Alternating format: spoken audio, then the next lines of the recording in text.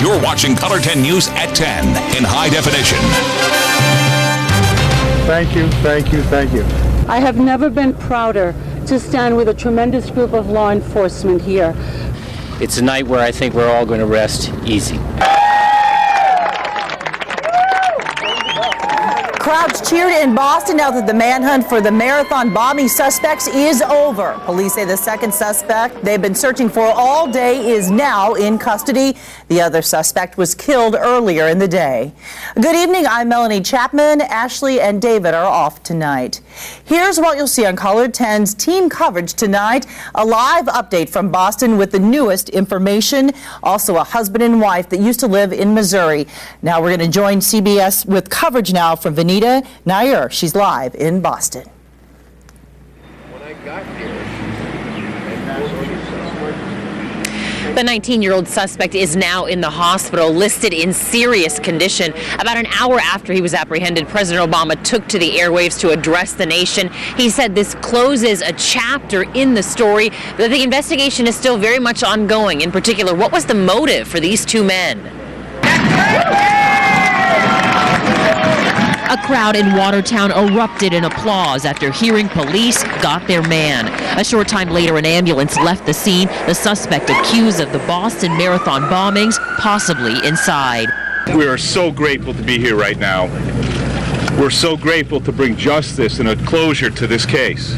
Police took 19-year-old Dzhokhar Tsarnaev into custody. He was found hiding in a boat in the backyard of a home. CBS News has learned the homeowner saw a tear in the tarp protecting his boat. He looked inside, saw a bloody mess, and called 911. Police arrived, shots were fired, and eventually they captured him.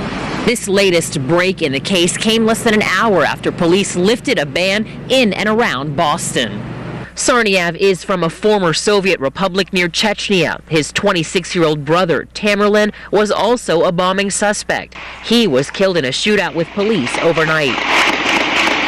The deadly confrontation came hours after the FBI released surveillance video and photos of the brothers. Tsarnaev became a citizen on September 11th of last year. A law enforcement source told CBS News his dead brother had jihadist videos on his internet accounts. Police say they started zeroing in on the brothers after they shot and killed a campus police officer last night at the Massachusetts Institute of Technology. When police caught up with them, the suspects fired at officers and threw explosives from the car as they tried to escape. Boston was turned into a ghost town after authorities ordered residents to stay inside and businesses not to open. The entire mass transit system was shut down. Now, in addition to a motive, authorities are still trying to figure out if these two men were working alone or if they were part of a larger group. We can tell you at this hour, 3 other suspects have been taken into custody in New Bedford. Reporting live in Watertown, Vanita Nair, back to you. Continuing our team coverage, gunfire, explosions, and yelling. That's what a couple who used to live in Missouri say they heard in their Watertown, Massachusetts home. The shootout connected to the Boston bombings ended up in their front yard. Kevin Schwaller has their story. Stephen and Emily McAlpin moved to Watertown about a year ago from Boston. They originally went out east from Liberty, Missouri to attend seminary. Bullets came into their home. The couple hid in the bathtub for a time. Now they're sharing their experience. The noise just kept going. It was like a pop, pop, pop, pop. And Emily looked out the window. And I think when I finally looked at the window, we heard like the first big boom rather than a pop. And I saw like an orange glowing light. And this is video taken from that area.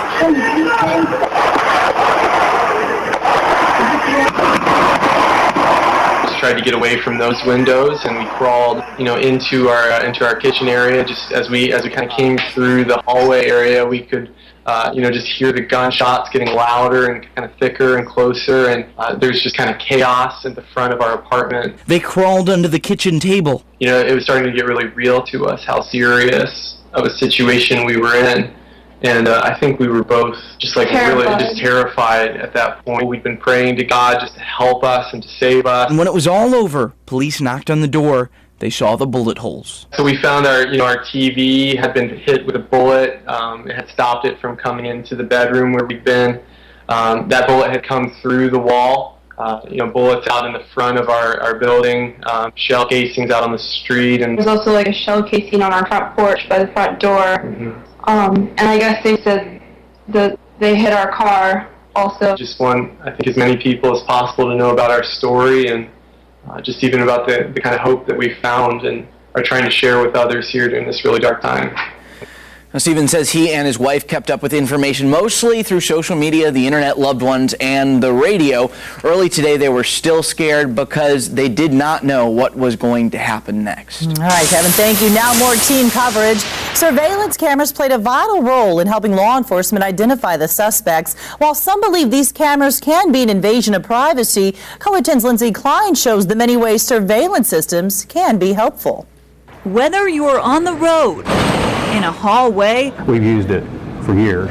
or in a parking lot, Hospitals, schools, universities, things of that nature. chances are you're being monitored Probably being recorded. by security cameras. It does make an investigation a lot simpler. It's an effort We can capture the entire cafeteria with one camera. to make our community safer. With the recent, whether it be school shootings and things of that nature, it certainly has increased demand for those. We use them on a daily basis when we can. Everything from robberies to shopliftings to car break-ins to the downtown area with our cameras. Many of these surveillance cameras have become high definition, including the one filming me right now, which makes it much easier to identify people and things. Can identify, do facial recognition and things of that nature. Very, very clear photos and very easy for somebody to say, yeah, I know that person. We see more people attracted to that stuff. The Springfield Police Department often posts pictures from surveillance video on social media Getting that out to as many people as we can. to get help from the public. We post those online when we're looking for help and leads, and they've been very effective in that. The cameras track based on time, often helping law enforcement develop timelines when crimes are committed. From that, they can reach out to everybody and try and get more detail on the pictures and things like that. And while most people can agree they don't want cameras to end up in private places, I don't want them in a dressing room. they understand the need to catch thieves and other people committing crimes. If they're up on the streets to keep the bad guys away, I don't see anything wrong with it. NetWatch employees say not only is the quality of cameras getting better, prices are becoming more reasonable. An Arkansas lawmaker wants to clarify what he meant when he tweeted about the Boston manhunt.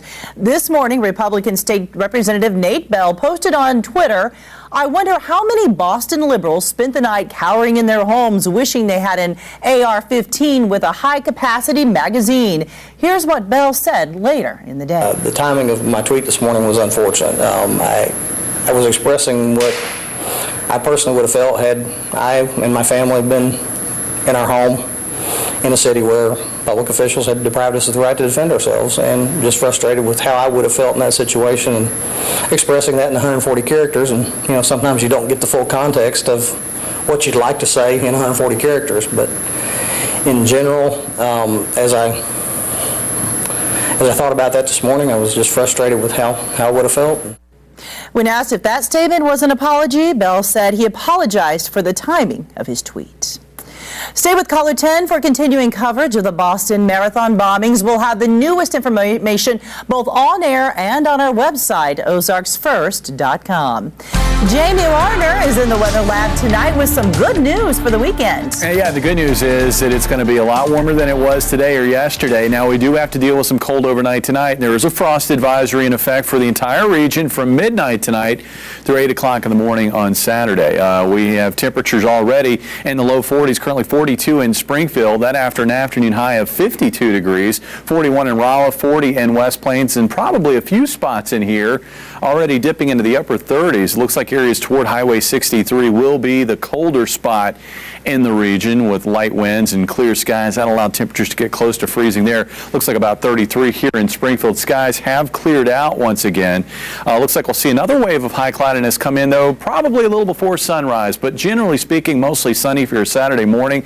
Areas of frost to start off the day. Temperatures will warm quickly, won't be as windy, but we will see some high cloudiness come into the area during the afternoon. Still shouldn't slow down temperatures too much. Highs in the 60s expected, and more of that on Sunday. All right, Jamie, thank you. A man from Winona, Missouri is charged with killing 2 men in Texas County and then setting a house on fire. Investigators say 25-year-old Jonathan Foster admitted he shot and killed 37-year-old James Witten and his 42-year-old roommate, who has not yet been identified. Foster is also accused of stealing a pickup truck and $1,500 from the victims. Those victims were discovered outside their burning home Wednesday. Foster used to work for the 2 men. Investigators now call a suspicious death from earlier this month a suicide. It happened in Battlefield. An autopsy shows 23-year-old Desiree Hagen shot herself with a handgun. The Greene County Sheriff's Office says her boyfriend, 45-year-old Michael Finley, found Hagen, then moved her body. A few days later, authorities shot and killed Finley at a Joplin hotel. They were trying to talk to him about Hagen's death, and he had a warrant out for his arrest on separate charges. Caller 10 broke the story yesterday, and there's an update tonight on a clinic that did not properly sterilize its equipment. What leaders at Jordan Valley Community Health Center say about the reason for the mistake and the efforts to reach the people involved. And if you haven't already found Caller 10 on Facebook, it is so easy to do. Look for the Facebook icon on ozarksfirst.com and like our page. Thanks for joining us. We'll be right back.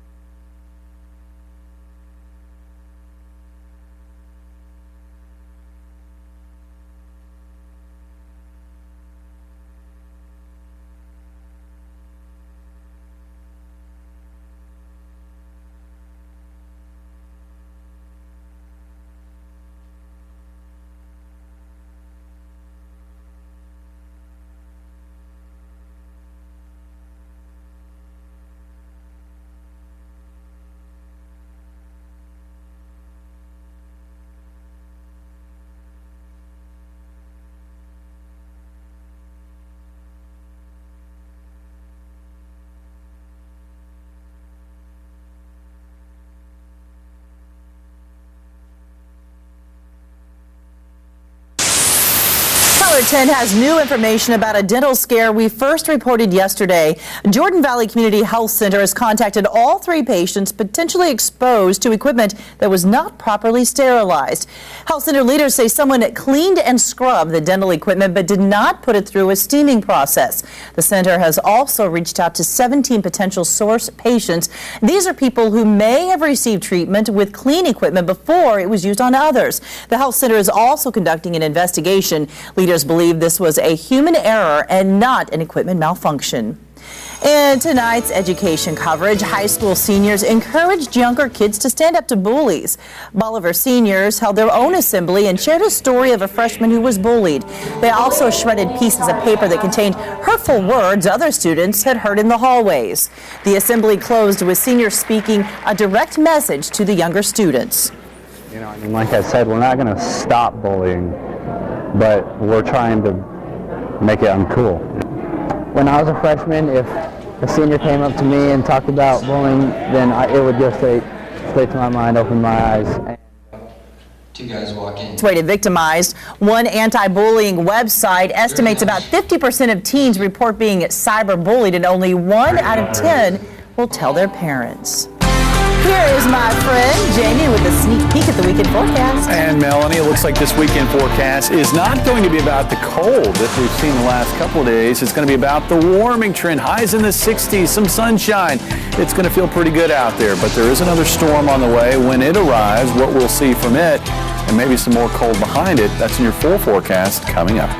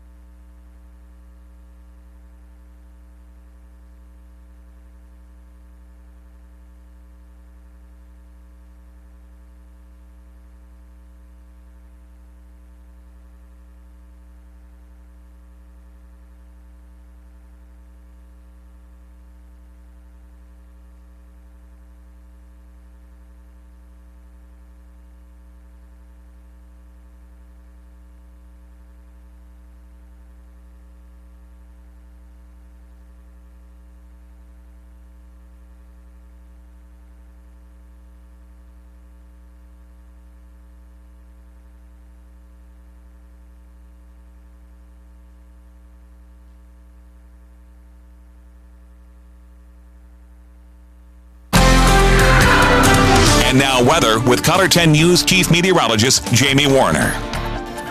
All right, I know a lot of you getting kind of tired of the cold shots that we keep seeing here in the Ozarks, but when you look at the month of April as a whole, we see that the warmth is winning out. There's a lot more warm there than there is cold. Of course, we have gotten some pretty significant shots of cold, and we're in the middle of one right now. Highs stay only in the low 50s, and that was with mainly sunny skies.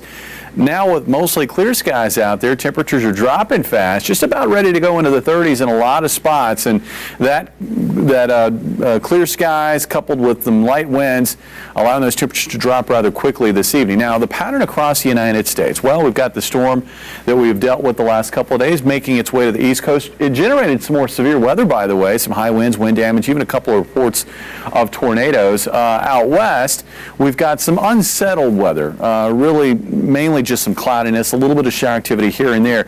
These clouds will be a factor in our weekend forecast both Saturday and Sunday. Right now we're sort of in between both areas that I just discussed, and we're looking at quiet and mostly clear skies. But there will be some high clouds, I think, coming in later on tonight, probably towards sunrise. So with a little bit of cloudiness and still a little bit of wind, even though the winds have really died down once the sun went down, there's still going to be a little bit of wind out there, and I think that will prevent temperatures, at least in most areas, from actually hitting the freezing mark, although there will be pockets of that. We will still get cold enough, though, for some frost, and that's why there is a frost advisory in effect through 8 o'clock in the morning. Now, as we go hour by hour, what we find is a quiet forecast overnight tonight. A little high cloudiness coming in towards sunrise. I think the morning hours still looking mainly sunny, but as we get into the afternoon, probably a fairly thick deck of high clouds coming into the Ozarks, and that's going to produce filtered sunshine. Will we get sun? Yes, we will, but the skies, we're not going to get that pretty blue like we had today. There's going to be quite a bit of high cloudiness out there, kind of giving it a milky white appearance. Those high clouds are going to be with us through Saturday night, and then on Sunday we'll continue to find waves of clouds in our skies, but it will still be a partly cloudy day, and we'll have enough sunshine to push temperatures into the 60s, not only tomorrow, but also Sunday as well. And we'll hold off that wet weather until early next week. Here's what will happen. We'll find another storm system developing here in the western U.S. That one probably won't have as much Gulf of Mexico moisture to work with, so it's going to be a little bit more moisture limited. Temperatures won't be quite as warm either. Looks like about 70-ish for a high on Monday. So it looks like our severe weather risk looking rather low with this storm system, but we're still going to get some rain out of it. And it looks like we'll see maybe a fairly decent amount of it Monday night into Tuesday. And it looks like another shot of unusually chilly air coming in behind that storm, which could once again send temperatures down to near freezing toward the middle portion of next week. Overnight tonight, near freezing for a low here in Springfield. Areas to the west and south probably staying above the freezing mark, but areas to the north and east, this is where we have the best shot at hitting 32 overnight tonight. Tomorrow we'll see, I think, a mostly sunny to partly cloudy day. Looks like we'll see enough sun to warm into the mid-60s for highs across the Ozarks, with the cooler readings tending to be north and northeast of Springfield. 67 on Sunday, again up near 70 on Monday. Showers and storms, I think, holding off until mainly later in the day on Monday or Monday night, and that'll carry over into Tuesday. Tuesday will be a day where we have temperatures actually cooling off from the 50s into the 40s, and then we'll see temperatures rebounding again after that shot of cold in the middle portion of the week. We'll be back in the 60s for highs. Before you know it, Thursday and Friday, maybe some more rain coming in on Friday. Now, Jimmy, we're in this pattern where it seems we get to 70, we've reached 80, and then we go back down. And then we fall back, but not quite as far back. It seems like every time, every successive time, it's not quite as bad as the time before, and I think we're going to continue to see that sort of stair-step pattern as we work into the month of May, and before you know it, it'll be summertime, and you'll be wishing for chillier weather. Yeah, let's make it to the second floor. Yeah. All right, Jamie, thank you very much. They were able to pull it off this year and win and celebrate what we've experienced several times, and it never gets old. All they do is win. The Drury University Panthers were honored today for all their national titles this past month. Justin Daugherty has the details next in sports.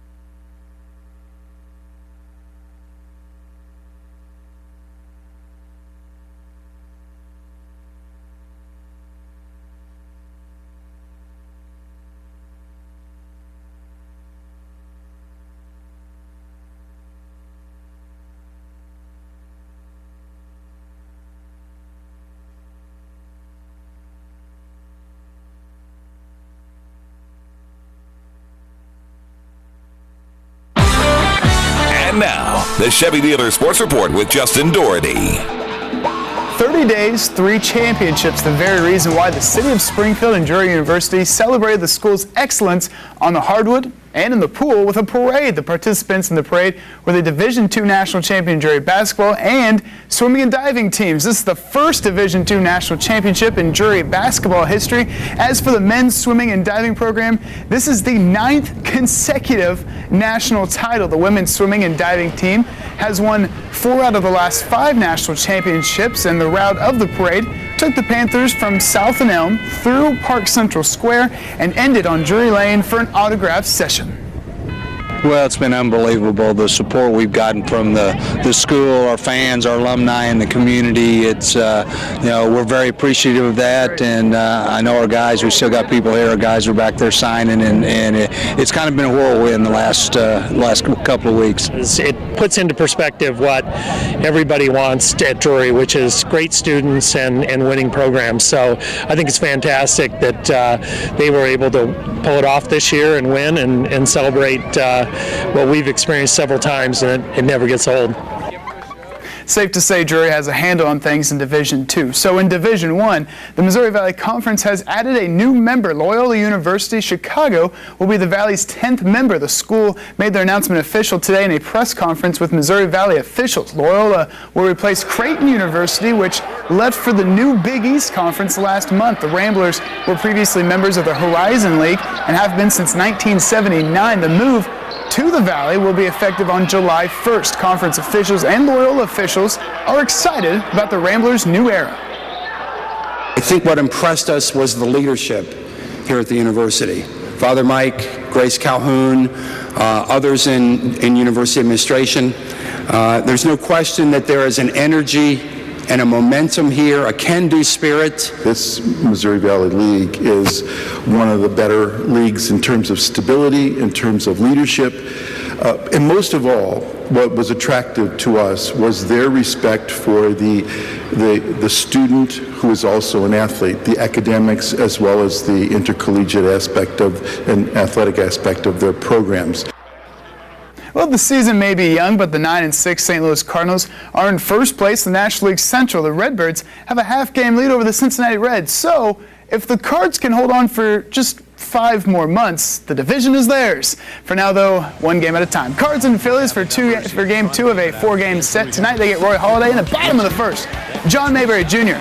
Papa played for the Royals. He plays for the Phillies. Hits this in left field corner. Chase Utley comes around to touch home. Phillies go up 1-0 early. Later in the first, Kevin France grounds to third. Ty Wigginton makes a great stop, but not a great throw. That's low end wide. Alan Craig, not that big. Michael Young and Mayberry Jr. both scored. It's 3-0 Philadelphia. Still in the first inning. Ben Revere knocks this deep against the wall. A triple for the speedster. Franson scores to make it 4-0 Philly. Jaime Garcia done after 3, but at the top of the second, Carlos Beltran gets the Cards on the board with a solo home run to right. Beltran's 3rd home run of the season. 5-1 Phils, and the game was called in the 7th inning due to rain. Cardinals lose 8-2. Missouri State Bears pitcher Nick Petrie came into the season as the reigning top player in all of college baseball. So when the junior who owns a 1.29 ERA, when he's on the mound, good things are expected. Take that as some foreshadowing. Petrie on the bump today as Hammonds Field against Bradley, and he was dealing early. Braves up 1-0. Petrie let him know that's a mistake. One Brave swing in the second, another looking later in the same inning, and top 4 down again. Petrie ends the day with 11 strikeouts, win 7 innings in the effort. In the bottom of the half, Bears, they got his back. Spencer Johnson up the middle. Fielder's choice allows Luke Voigt to score. Game tie 1, bases loaded. Johnson again unloads this. Triple brings home everyone. Bears win 5-2, improved to 22-11. All right, some good stuff. Oh, definitely. Parade, winning games. It's a pretty good day here in Springfield, if I must say so myself. You could say so. It's a good way to end the week. All right, Justin, thank you. We'll be right back.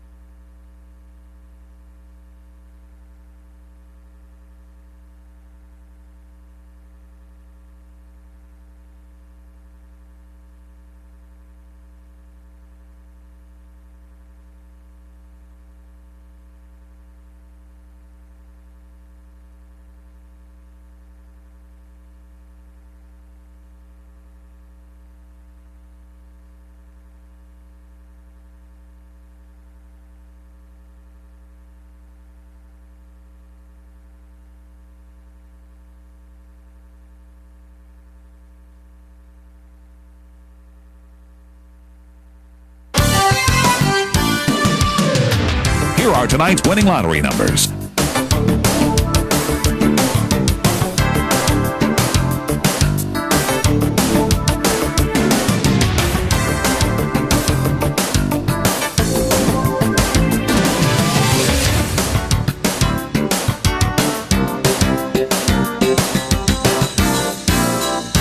Color 10 News will continue in a moment.